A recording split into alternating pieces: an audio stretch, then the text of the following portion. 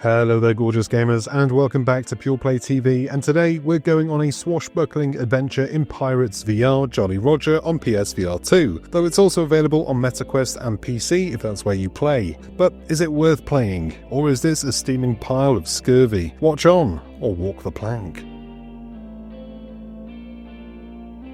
Playground games, cowboys and Indians, pirates and other pirates. The climbing frame was our galleon, the seesaw, that was the plank. The dog shit on the ground, well, that depended on the weather. But times have changed. These days, my piracy involves stealing movies 1 minute at a time on TikTok. So Pirates VR Jolly Roger promises to scratch that childhood itch with cursed treasure, skeleton baddies, and more gold than your nan's jewelry box. Sounds like fun, doesn't it? Well, listen up kids, because here's a big life lesson. Promises are made to be broken, and Pirates VR Jolly Roger breaks just about every one of them. In fact, calling it Jolly Roger feels like a bit of a piss take. There's nothing jolly about this game, unless you count the jolliness of uninstalling it. It's miserable, it's frustrating, and worse still, there are better pirate-themed games on the original PlayStation VR. The game's story, well, it's barely there. You wake up shipwrecked on a cursed desert island, and you decide to go searching for Davy Jones's treasure. It's the most bog-standard pirate tale imaginable, like someone googled pirate plot and then couldn't be asked to read past the first paragraph.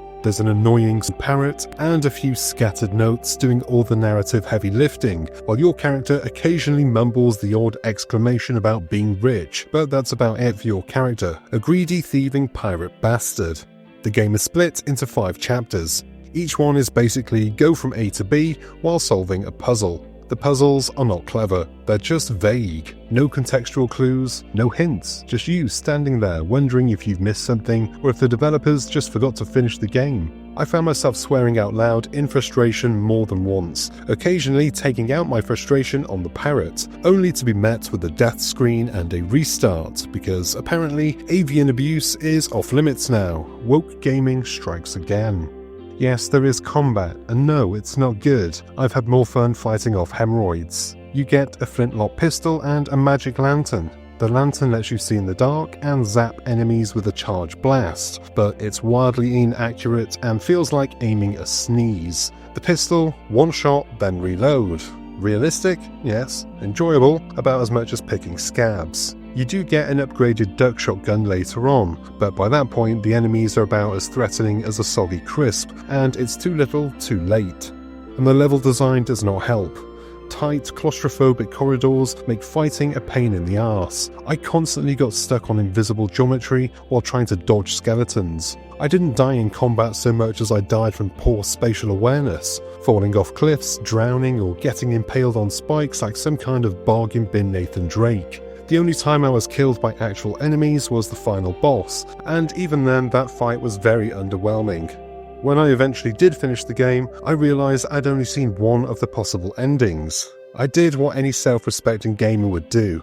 I took off the headset, deleted the game, and swore a blood oath never to return, even if you paid me.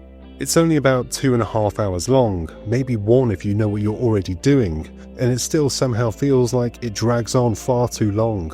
To give it one small crumb of credit, some areas do look nice. There's a nostalgic PS1 era charm to it, kind of like those old adventure games you can't quite remember the name of, and that's about the only win I can give it. Pirates VR Jolly Roger had potential, but like many things that start with hope, it ends in bitter disappointment. There are good ideas here, but everything feels undercooked.